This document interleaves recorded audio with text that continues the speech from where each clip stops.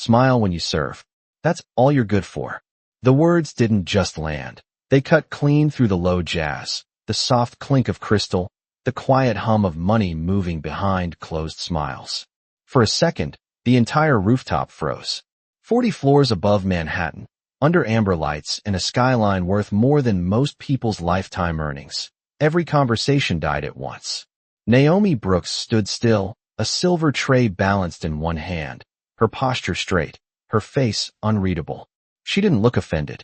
She didn't look surprised. She just looked present, watching.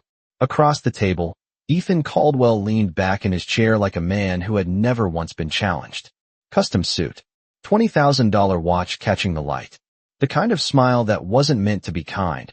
It was meant to remind everyone who owned the room. His partners chuckled, not because it was funny, but because no one wanted to be the only one not laughing. Power has a sound. And that night, it sounded like compliance.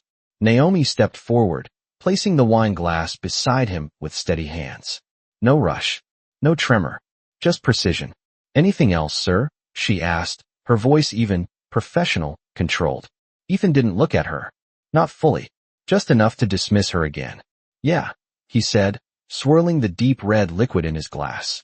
Try to keep up next time. Some of us are discussing things you wouldn't understand. A few more laughs. Softer this time. Careful. Testing the air. But Naomi didn't move away. Not yet. Something shifted. Not loud. Not obvious. Just a pause that stretched a fraction too long. The kind of pause that makes people uncomfortable without knowing why. Then she spoke. Calm. Clear. Almost gentle. Then why is your $500 million contract using outdated figures from 2019? Silence. Not awkward silence. Not polite silence. The kind of silence that pulls the oxygen out of a room. Ethan's glass stopped midair.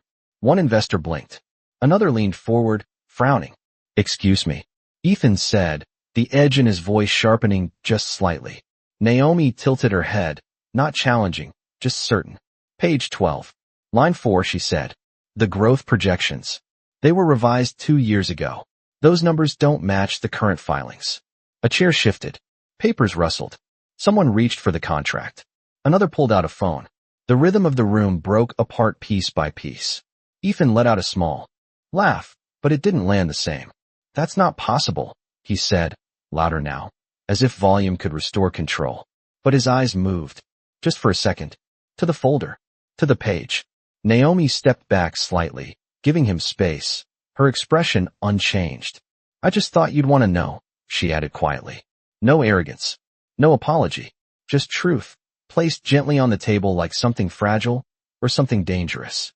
And for the first time that night, the man who owned everything in that room realized something was slipping through his fingers, and he had no idea how much it was about to cost him. The page turned. Slowly at first, then faster. Paper against paper, the sound suddenly louder than the city below. One investor adjusted his glasses, leaning closer to the table. Another pulled the document toward him, scanning with a furrowed brow that had not been there seconds ago. The energy shifted again, not with noise, but with doubt. Ethan Caldwell felt it before he fully saw it. That subtle change in the room. The kind that does not announce itself, but rewrites everything. Check the appendix. One of the partners muttered under his breath. His finger traced down the numbers. Stopped. Went back up. Then down again. These projections, he said quieter now. They are not aligned with the latest SEC filings. Another voice followed. They are off by at least 12%. No one laughed this time. Ethan leaned forward, his posture tightening, his earlier ease evaporating inch by inch. That is impossible, he said again. But now the words sounded less like control and more like defense. He reached for the contract himself, flipping to the page Naomi had mentioned. Page 12. Line 4. His eyes scanned the numbers. Once. Twice. Then slower. The room watched him now. Not with admiration. Not with agreement. But with expectation. Naomi stood just a few steps away, hands folded lightly in front of her, as if she had already stepped out of the moment. As if this was no longer about her at all. But it was. It had always been. Ethan's jaw tightened. This is an earlier draft, he said, his voice sharpening as he looked up. Someone must have brought the wrong version. But even as he said it, he knew the room was no longer following his lead. One of the senior investors shook. His head slightly. This is the version we were sent yesterday, he said. Calm. Measured. Final. A silence followed. Not empty. Heavy. Calculating. Phones were unlocked under the table. Emails pulled up. Attachments compared in real time. The kind of quiet investigation that does not need permission. Naomi's words lingered in the air, not loud, not repeated, but impossible to ignore. Ethan exhaled slowly, trying to regain footing. It is a minor discrepancy, he added quickly. We can correct it before final signatures. But the damage was no longer in the numbers. It was in the perception. Trust, once cracked, does not return to its original shape. One of the partners leaned back, crossing his arms. A 12% error in projected growth is not minor, he said. Another nodded. It raises questions about the rest of the data. Ethan's fingers pressed against the table, just enough to show tension, not enough to admit it. For the first time that night, he was no longer the one setting the pace. He was reacting, and the room could feel it. Naomi turned slightly, preparing to step away, her role complete. But before she moved, Ethan spoke again. Wait. The word came out sharper than he intended. She paused. Slowly, she looked back at him. Not intimidated. Not eager. Just present. How did you notice that? He asked. The question hung there, stripped of arrogance now, replaced with something else. Something closer to uncertainty. Naomi held his gaze for a moment. Then she answered, simple and precise.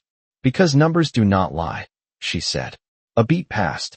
Then she added, softer, but somehow heavier. People just hope no one is paying attention. And in that moment, every person at that table realized the same thing.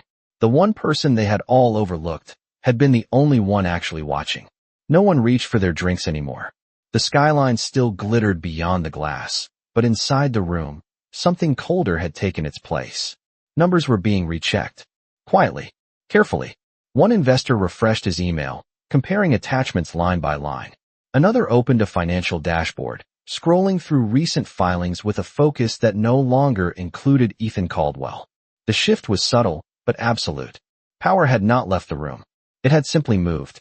Ethan sat back slowly, the leather of his chair creasing under a weight that had nothing to do with his body. His mind raced, scanning for control, for explanation, for anything that could restore the rhythm he had owned just minutes ago. There must be a miscommunication between teams, he said, choosing each word with precision, as if careful language could repair a careless oversight. But the words did not land the way they used to. One of the senior partners closed the folder gently, not with frustration, but with finality. We do not sign on miscommunications, he said. His tone was calm, but it carried more authority than any raised voice could. Another investor nodded, already pulling back slightly from the table, his posture signaling distance, not partnership. Deals are not lost in explosions. They dissolve in moments like this. Quiet. Controlled. Irreversible. Naomi had already stepped back, blending once again into the soft movement of service, but her presence lingered in the space like a question no one could ignore. A server passed behind her, the faint scent of citrus and polished wood trailing in the air, but even that detail felt sharper now, as if every sense in the room had adjusted to a new reality. Ethan looked down at the contract one more time, his eyes slower now, more deliberate. The numbers had not changed. Only his position had. Give us a moment, he said finally, though it sounded less like a command and more like a request. The investors exchanged brief glances. Not hostile, not dramatic, just aligned. One by one, they closed their folders. Not aggressively, not hurried, just done. We will revisit this after a full review, the lead investor said, standing up with a measured calm. Chairs shifted softly against the floor. Jackets were adjusted. Phones slipped back into pockets. The meeting was ending, but no one announced it. They simply moved on. Ethan remained seated for a second longer than everyone else, staring at the empty space where certainty had been. Then he stood, not as tall as before, not as certain, just a man recalculating in real time. Across the room, Naomi reached for another tray, her movements smooth, unaffected, as if nothing extraordinary had happened. But something had, and everyone knew it. Ethan took a step toward her, then another, stopping just short of where she stood. For the first time that night, he looked at her fully. Not past her, not through her, at her. You saw? That in seconds, he said, his voice lower now, stripped of performance. Naomi met his gaze briefly, then returned to adjusting the glasses on her tray. It was already there, she replied. I just did not ignore it. Ethan exhaled, a quiet breath that carried more weight than any speech he had given that evening. The room around them continued to move, but the balance had already shifted. And somewhere between the silence and the truth, a man who thought he controlled everything had just learned what it felt like to be seen clearly for the first time. The room did not return to what it was. It pretended to. Conversations restarted in low voices. Glasses clinked again. A waiter laughed somewhere near the bar. But it was thinner now. Careful. Measured. Like everyone was aware that something invisible had just shifted beneath their feet. Naomi moved through the space with the same quiet rhythm, refilling glasses, clearing plates, her presence once again blending into the background. But now people noticed. Not openly. Not directly. Just small glances that lingered a second longer than before. Respect does not always arrive with words. Sometimes it arrives with silence. Ethan stood near the edge of the table, watching her. Not with frustration. Not even with anger. With something unfamiliar. Something he could not name yet. For years, he had built his world on certainty. Data, projections, control. Every decision calculated. Every outcome anticipated.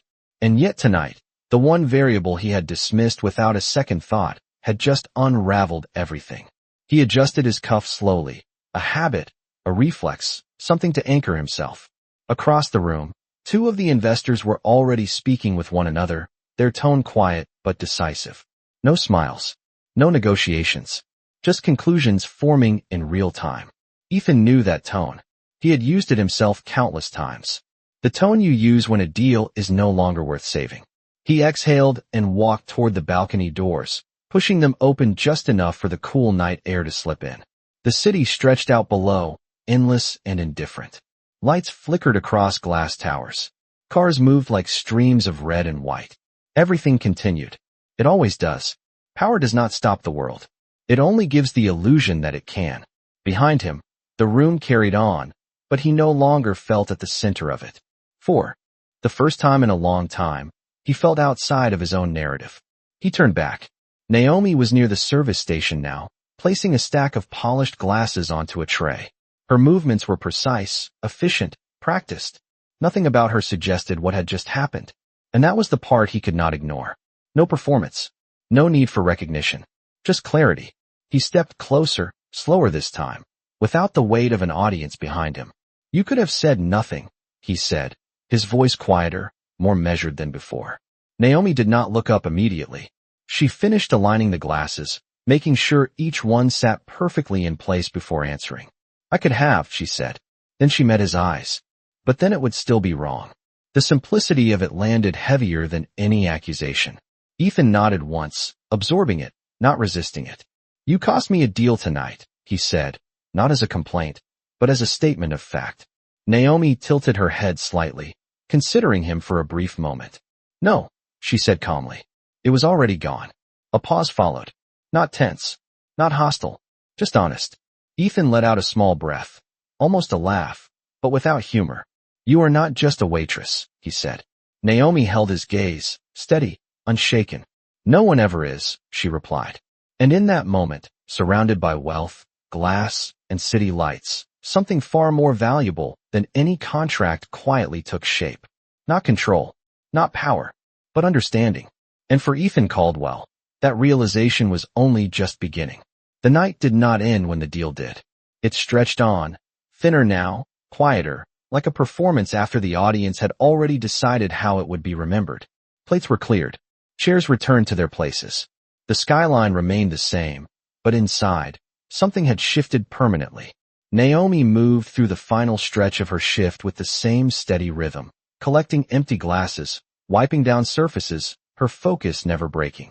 Work did not pause for moments like this. It never had. At the service station, another server leaned in slightly, lowering her voice.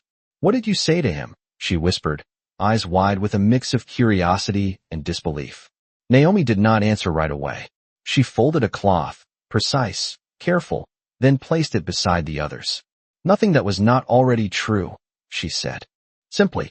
The other server blinked, as if expecting more, but there was nothing else to add. Across the room, Ethan remained near the balcony, but he was no longer looking at the city. He was watching the details he had ignored before. The way the staff moved in coordination without speaking. The way Naomi anticipated needs before they were voiced. The way she carried herself, not small, not loud, just certain. It unsettled him, not because it threatened him, but because it revealed something he had missed for years. How many times had he dismissed someone without seeing them? How many times had he mistaken silence for absence? He ran a hand along the edge of the table, feeling the smooth finish, grounding himself in something physical. His phone buzzed in his pocket. He did not check it. Not yet. For once, the numbers, the messages, the urgency could wait. Something else mattered more in this moment, though he could not fully explain why. Near the exit, two investors paused briefly, exchanging a final word before leaving. Their tone was settled. Decided. The kind that does not reopen discussions later. Ethan saw it. He understood it. The deal was not delayed. It was gone. Not loudly. Not dramatically. Just gone. And yet, standing there, he felt something unexpected. Not just loss. Clarity. A sharp, uncomfortable clarity that cut through the noise he had been living in. He turned and walked back toward the service station, slower this time, without urgency, without expectation. Naomi was stacking the last of the glasses, aligning them with the same quiet precision she had shown all night. "Do you always pay that much attention?" he asked, his voice calm, almost thoughtful. Naomi glanced at him briefly, then back to her work. "When it matters," she said. Ethan nodded, absorbing that. "And tonight mattered?" he pressed. Naomi placed the final glass down and finally faced him fully. "Tonight mattered to you," she said. "So yes." The answer was simple, but it carried weight. Not judgment. Not praise. Just perspective. Ethan let out a slow breath, the kind that comes when something inside shifts into place, even if it is not comfortable. "You saw a mistake that none of us caught," he said. Naomi shook her head slightly. "You did not look for it," she replied. "That is different." A pause followed, longer this time. Not awkward. Reflective. Ethan gave a small nod, more to himself than to her. For years, he had believed that control came from knowing more, moving faster, staying ahead. But tonight had shown him something else. Control can blind you. And sometimes, the person standing right in front of you sees more than you ever will, simply because they are willing to look. Naomi turned back to her work, signaling the end of the conversation without saying it. Ethan did not stop her this time. He understood. Some lessons are not meant to be prolonged. They are meant to be carried. And as he stood there, no longer the center of the room, he realized that what he had lost tonight was not just a deal. It was the illusion that he had always been the smartest person in it. By the time the last guest stepped into the elevator, the room had already forgotten how loud it used to be. The lights dimmed slightly, shifting from spectacle to maintenance. The music softened into something barely there. It was the hour when illusions packed up quietly and reality stayed behind to clean the table. Naomi tied the strings of her apron tighter, a small adjustment, almost automatic. Her shift was not over yet. It never ended when the important people left. It ended when everything was reset, when the room looked like nothing had ever happened. She moved toward the final table, collecting the last untouched glass, her reflection faint in the curved surface. For a brief second, she paused, not to admire, not to reflect, just to breathe. Then she kept moving. Across the room, Ethan remained. He could have left 10 minutes ago. He should have. His driver was probably already waiting downstairs, engine running, schedule intact. But he stayed. Not out of habit. Out of something new. Something unresolved. He walked slowly back toward the center of the room, no longer scanning for people to impress, but for something to understand. The chairs were empty now. The contracts gone. The voices replaced by the quiet rhythm of cleanup. It was a different kind of room without the audience. More honest. Less forgiving. He stopped near the table where everything had shifted. His fingers brushed the edge again. The same place where certainty had once lived. It felt colder now. Or maybe he was just noticing it for the first time. Naomi approached to clear the final setting. Her steps steady, her focus unchanged. She reached for the plate, stacking it with the others, her movements efficient, practiced. Ethan watched her for a moment before speaking. "Do you ever get tired of it?" he asked. The question came out softer than he expected. Not sharp, not demanding, just real. Naomi did not look up immediately. She finished aligning the plates in her hands, making sure they balanced perfectly before answering. Of what? She asked. Ethan hesitated, searching for the right words. Being overlooked, he said finally. Naomi paused, just slightly, then set the plates down on the tray. She looked at him, not defensive, not offended. Just clear. You get used to it, she said. But you never mistake it for truth. The answer settled between them, simple and steady. Ethan nodded slowly, absorbing it. For years, he had built strategies around what people showed him. Confidence, hesitation, weakness, strength. But tonight had exposed something deeper. What people choose not to see can cost them more than what they miss. He glanced toward the elevator, then back at her. You noticed something that changed everything, he said. And you did it in seconds. Naomi gave a small shake of her head. No, she said. I noticed it because I have been looking at details my whole life. Ethan frowned slightly, not in disagreement, but in realization. Naomi continued, her voice calm, but grounded in something deeper than the moment. When people do not expect anything from you, you learn to see everything, she said. You learn to listen differently, to pay attention to what others ignore. The room seemed even quieter now, as if the walls themselves were listening. Ethan exhaled slowly, the weight of her words settling into places he had not examined before. He had always believed attention was a tool of power, but now he saw it differently. Attention could also come from survival, from necessity, from being the one no one thought mattered. Naomi picked up the tray again, signaling the conversation was ending, but not dismissing him, just moving forward, as she always did. Ethan stepped aside slightly, giving her space. Not out of politeness, out of respect. And as she passed by him, steady and unshaken, he realized something that no balance sheet could measure. The most valuable perspective in the room had come, from the one person no one had bothered to see. And for the first time in his life, that truth did not threaten him. It changed him. The elevator doors opened with a soft chime, then closed again without him stepping inside. Ethan remained where he was, standing in a room that no longer belonged to him, yet somehow felt more real than any boardroom he had ever commanded. The city outside continued its endless motion, but inside, time had slowed into something deliberate. Naomi moved toward the back corridor now, carrying the final tray, her steps quiet but certain, disappearing briefly behind the service doors before returning with fresh linens folded neatly in her arms.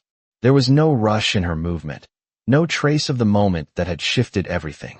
Just discipline, consistency, the kind of control that did not need an audience. Ethan watched her from a distance, noticing details he would have ignored before. The way she adjusted the corners of each tablecloth until they aligned perfectly. The way she checked each glass for smudges under the light before placing it down. It was not just work. It was intention. He reached into his pocket, pulling out his phone at last. The screen lit up instantly. Missed calls. Messages. Alerts stacking one after another. His assistant. His legal team. One message preview caught his eye. We need to talk. Urgent. Another. Investors are reconsidering. He stared at the screen for a second, then locked it again without responding. For once, the noise could wait. He looked back up. Naomi was near the window now, smoothing out the final tablecloth, her reflection faint against the glass, the city lights framing her silhouette. For a moment, she looked like she belonged there just as much as anyone who had sat at those tables earlier. Maybe more. Ethan took a step closer, then stopped, as if realizing that distance no longer gave him authority. It only gave him perspective. Naomi, he said, her name steady this time, without hesitation, without assumption. She turned, not surprised, just aware. Yes, she replied. Ethan paused, choosing his words carefully, not because he needed to impress her, but because for the first time, he understood that words carried weight beyond intention. You changed something tonight, he said. Not just the deal. Naomi held his gaze, quiet, waiting, not rushing him to finish, not filling the silence for him. Ethan continued, slower now. You made me see something I have been missing for a long time. Naomi listened, her expression unchanged, but not distant. Present. And what is that? She asked. Ethan let out a breath, not heavy, but honest. That I have been listening to people who speak the loudest, he said, instead of the ones who are actually paying attention. The words settled between them, simple but earned. Naomi nodded slightly, not as approval, not as agreement, but as recognition. That happens, she said, especially when no one ever interrupts you. Ethan almost smiled, but it did not fully form. Not yet. I deserve that, he admitted. Naomi tilted her head slightly, considering him again, then shook it gently. It is not about what you deserve, she said. It is about what you choose to learn from it. The statement landed deeper than anything else that night. No judgment. No accusation. Just truth. Ethan looked around the room one more time, now completely reset, as if nothing had ever happened. But he knew better. Some things do not leave marks you can see. They leave changes you can feel. He turned back to Naomi, his posture no longer defined by control, but by awareness. I am not used to being wrong like that, he said. Naomi gave a small, almost knowing nod. Then it was probably overdue, she replied. The air between them held a quiet understanding now, not equal in position, but equal in presence. And as the last light above the table dimmed slightly, signaling the end of the night, Ethan realized something he had never considered before. Respect is not something you command. It is something you recognize. And tonight, for the first time, he had finally learned how to see it. The final light above the service station dimmed to a soft glow, casting long reflections across the polished floor, and for a moment, the entire room felt suspended between what had been and what would come next. Naomi folded the last linen with careful precision, smoothing each edge as if details still mattered even when no one was watching. Because they did. They always did. Ethan stood a few feet away, quieter now, not just in voice, but in presence. The urgency that once defined him had faded, replaced by something steadier, something that did not need to prove itself. He glanced once more at his phone, then finally unlocked it. Messages flooded the screen. Investors asking questions. Advisors requesting explanations. One message stood out, simple and direct. We are pulling back until further notice. He read it once, then again, but his reaction was different now. No panic. No immediate call. Just understanding. Actions have weight. And tonight, that weight had finally caught up. He slipped the phone back into his pocket, letting the silence return. Across the room, Naomi placed the final stack of glasses onto the shelf, stepping back to check alignment, her eyes scanning with quiet focus. She nodded slightly to herself, satisfied, then turned toward the exit corridor, her shift nearly complete. Ethan watched her for a moment, then spoke. What happens now? The question was not about the deal. Not really. Naomi paused, her hand resting lightly against the edge of the counter. She looked at him, not surprised by the question, but aware of what it carried. Now, she repeated softly. Now you fix what you can. Ethan absorbed that, his brow tightening just slightly. And what if it cannot be fixed, he asked. Naomi held his gaze, steady and clear. Then you learn from it, she said. And you do better next time. There was no hesitation in her voice. No doubt. Just direction. Ethan nodded slowly, the weight of those words settling deeper than any negotiation ever had. He looked around the room again, now fully restored, every table set, every surface clean, every sign of disruption erased. To anyone walking in tomorrow, it would look perfect, untouched. But he knew better. Perfection does not mean nothing happened. It means everything was handled. He turned back to Naomi, his expression thoughtful, almost quiet in its resolve. You said earlier that people ignore what is right in front of them, he said. I think I understand that now. Naomi gave a small nod, acknowledging the shift without needing to praise it. Most people do, she said. Eventually. A faint smile touched the corner of Ethan's mouth, not confident, not triumphant, but real. I do not want to be most people, he admitted. Naomi studied him for a brief moment, as if measuring not his words, but his intent. Then she spoke, simple and grounded.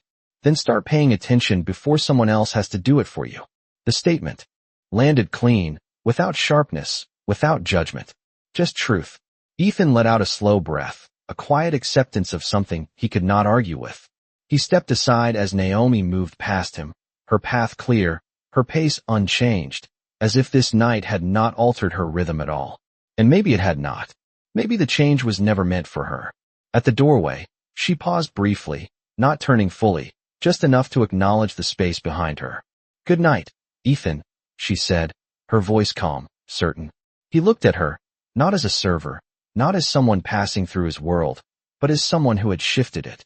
Good night, Naomi, he replied. And as the door closed softly behind her, the room fell into a deeper kind of silence, one that did not echo with loss, but with realization. Because for the first time in a long time, Ethan Caldwell was not thinking about what he had lost. He was thinking about what he had finally learned. The door closed, and the sound lingered longer than it should have, a soft click that seemed to echo through the empty room like a final note. Ethan stood still for a moment, staring at the space Naomi had just walked through, as if something invisible had followed her out and taken the noise of his old world with it. The rooftop was quiet now, not the kind of silence that feels empty, but the kind that feels earned. The kind that forces you to hear your own thoughts without distraction. He walked slowly back to the center of the room, each step measured, no urgency left in his pace. The table where everything had shifted stood perfectly reset, untouched, as if the night had never happened. But he knew better. He reached out and placed his hand flat against the surface, feeling the cool, polished wood beneath his fingers. Hours ago, this table had been his stage. Now it was something else. A reminder. He pulled out his phone again, unlocking it with steady hands. The messages were still there, waiting. But this time, he opened one. Then another. He read carefully, not reacting, just absorbing. Questions, doubts, concerns. For the first time, he did not rush to respond. He did not craft a perfect answer or a strategic deflection. He just read, because now he understood something he had ignored for too long. Listening is not waiting for your turn to speak. It is choosing to understand before you react. He lowered the phone slowly, exhaling a breath that felt different. Lighter, but not easier. Growth rarely feels comfortable. It feels necessary. He turned toward the exit, walking with intention, but without the sharp edge that once defined him. As he reached the elevator, he paused, catching his reflection in the mirrored doors. The same suit, the same face, but not the same man. Not entirely. He studied that reflection for a second longer, not out of vanity, but recognition. Then the doors opened. He stepped inside. Alone. The elevator descended smoothly, each floor passing with a quiet hum. 40, 30, 20. The city drew closer with every second. His phone buzzed again in his hand. This time he answered. "It is Ethan," he said, his voice calm, steady. A pause on the other end. Then questions, fast, urgent. He listened. Fully. "No," he said after a moment. "We are not moving forward with the current numbers." Another pause. Surprise. Resistance. He did not raise his voice. "Because they are wrong," he continued. Simple. Direct. True. The line went quiet, then shifted, adapting, recalculating. Just like he was. When the elevator reached the ground floor, the doors opened to a different world. Street noise. Car horns. Movement. Reality.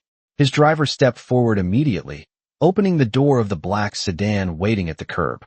Ethan stopped just before getting in, glancing up at the building behind him, its glass exterior reflecting the night sky. Somewhere up there, a room had been reset. But he had not. Not completely. He got into the car, the door closing softly behind him. The city lights moved across the window as they pulled away, each one passing like a reminder that the world does not pause for anyone, no matter how powerful they think they are. Ethan leaned back, his reflection faint in the glass, his thoughts clearer than they had been in years. He had walked into that night believing he owned the room. He left understanding something far more valuable. Power can fill a room, but it cannot define it. Respect does. And respect is not given to the loudest voice or the highest chair. It is earned by those who see clearly, speak truthfully, and act when it matters. Somewhere between the silence, the numbers, and a voice no one expected, everything had changed. Not just the deal. Not just the outcome. Him. And for the first time, that was something worth more than any contract he had ever signed.